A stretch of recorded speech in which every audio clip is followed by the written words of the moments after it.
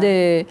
자, 어쨌든 지금 뭐 다종다기한 이슈들이 계속 나오면서 특히 병원에 입원 중인 내외를 누가 먼저 어느 특검이 먼저 가서 데려오느냐. 윤석열 한 분은 입원은 아니고요. 한 분은 간병. 하나는 입원, 하나는 간병. 예. 싫어할 것 같은데 나가.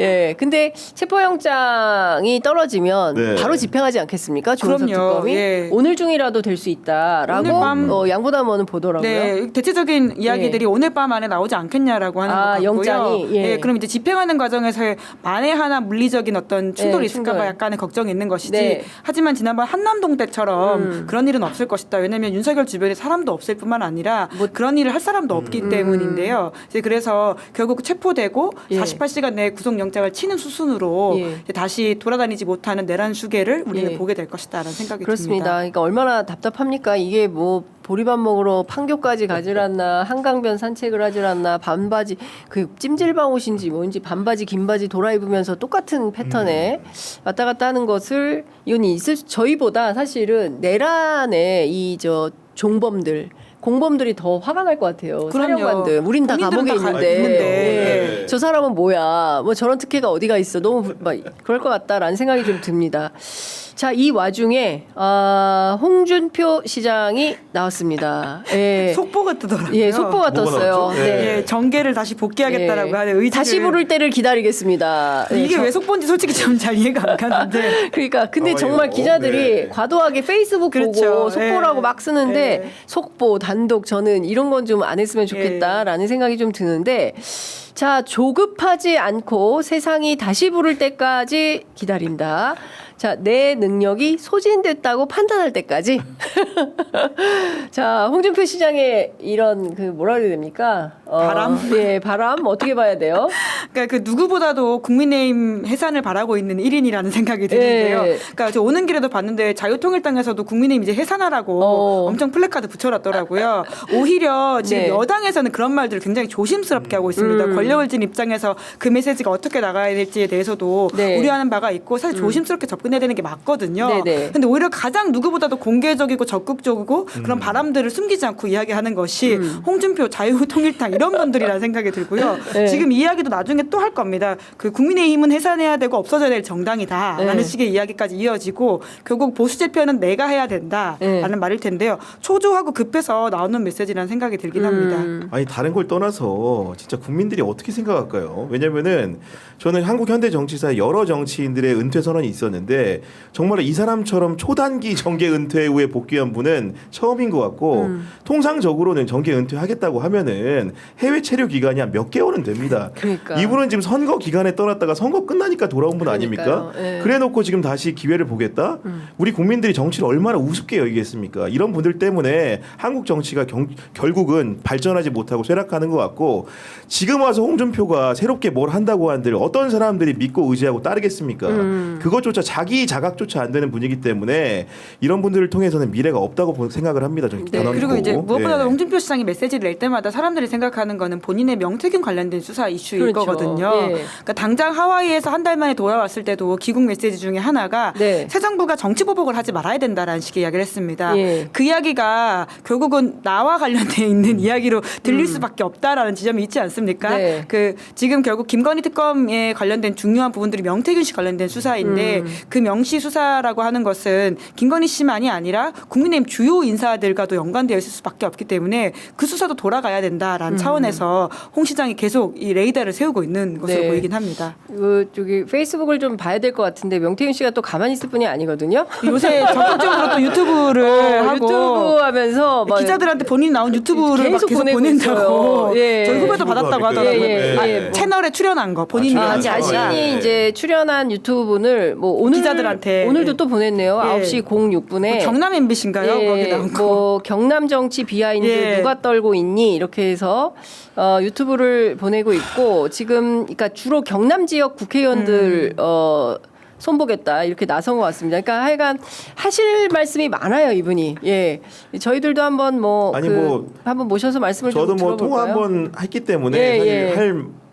이런 말을 해야 될지 모르겠지만은 네.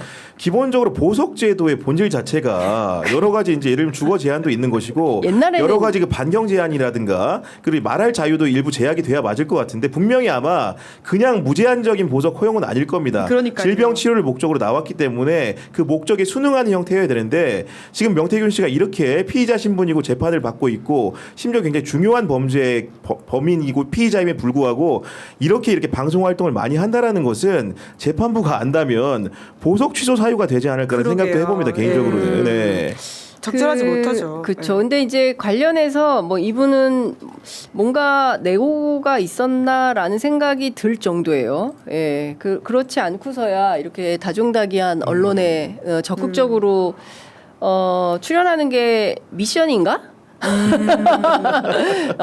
명태균 씨 풀어줄 때 미션이었나? 언론에 나가서 뭐 누구를 비판해라 뭐 네. 이런 게 있었나라는 생각이 들 정도로 매우 적극적으로 언론에 출연하고 있어서 그 어떤 내용인지 좀 취재도 해보고 알아볼 필요도 있어 보인다라는 생각이 좀 듭니다. 다 떠나서 홍준표 시장은 제가 예측했잖아요. 100% 돌아온다. 그렇죠. 조만간 온다. 그리고 이분은 정치에 미련이 많은 사람이에요. 정치에 네. 미련이 많기 때문에 아직도 못다 이룬 꿈이 많아요. 그리고 이재명 정부에서 불러주면 할 수도 있어요. 네. 형님 뭐 막걸리 한잔 합시다 했기 때문에 막걸리 마시면서 이재명 대통령이 불러주면 좋지 하고 하실 분이다라는 예. 생각이 좀 듭니다. 그러니까 말씀 듣고 네. 명태균 씨 페이스북 들어와 봤는데요. 네. 2시간 전에 또 뭘 올렸어요. 뭐라 그랬어요? 상대가 부정선거하면 당신들도 부정선거하면 되지. 이한 화난 이하 화나 이건 잘 뭔지 모르겠는데요. 예, 예. 마지막에 이제 요 말이 핵심인 것 같아요. 제9회 지방선거 1년도 채 안 남았는데 프로그램 하나 만들어줘? 말이 많네. 말이 많네. 아마 이거는 윤석열 씨 말을 네, 따라한 것 같습니다. 그렇습니다. 예. 예, 뭐 이렇게 하라고 예. 하는데 당에서 참 말이 많네. 그 유명한 말 있지 맞아요, 않습니까? 맞아요. 예. 근데 명태균 씨는 이런 생각을 하고 있어요. 그 국민의힘 지방선거도 지방선거지만 당장 이제 목전에 닥친 전당대회에 누가 대표가 될 거냐. 라는 판단을 하고 있고 아마도 이낙연 가능성이 매우 높다고 본인은 이낙연이요? 생각한다는 거예요. 이낙연 전 총리가 국민의힘 당대표가 될 가능성이 수도 높다. 그러면 누가 다리를 놓습니까? 했더니 나경원 의원이 할 거다라고 했는데 실제로 나경원 의원이 라디오에 나와가지고 그 얘기를 했더라고요. 그래서 나중에 알게 됐는데. 네, 이건 처음 들었습니다. 네, 야. 그러면서 그 한동훈 대표는 출마하지 않는 게 좋겠다. 라는 예. 식의 조언을 하고 있어요. 그러니까 그래서 한동훈 제가 견제카드로 이낙연까지 간 건가요? 뭐 그런 것 같아요. 그러면서 그 한동훈 대표 본인은 원하겠으나 실제로 안 나오는 게 본인을 위해서 좋다. 그래야 예. 대선 갈 수 있다. 이제 이런 주장을 해요.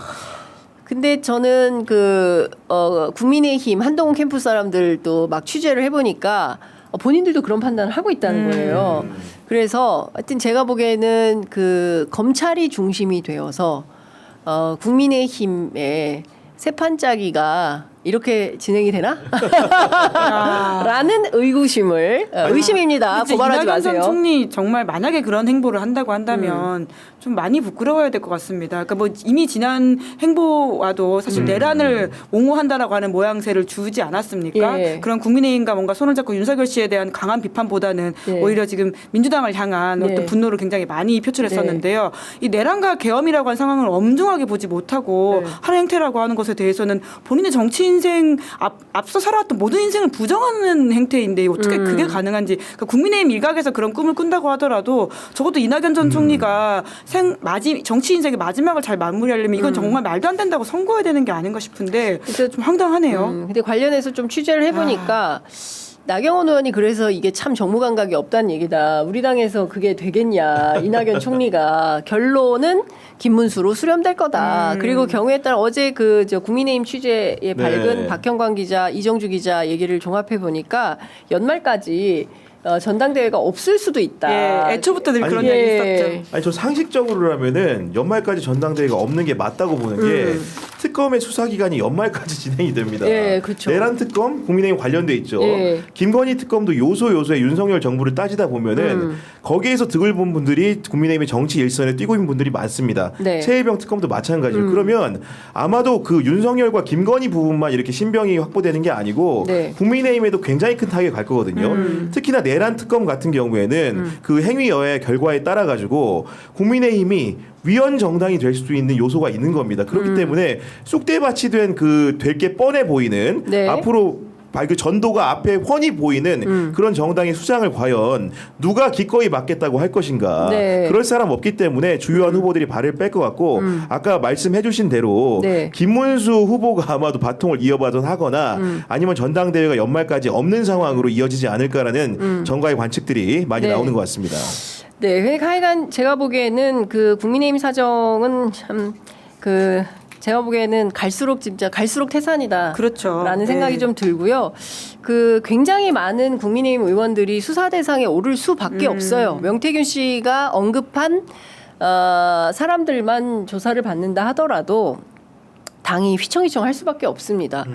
그리고 이제 우리가 알고 있는 윤핵관 김건희 씨한테 그 디올 선물한 그 굉장히 유력한 윤핵관 아닙니까? 예, 그분도 수사 대상이 되겠죠. 왜냐하면 부인이 예. 선물을 한 것이기 때문에.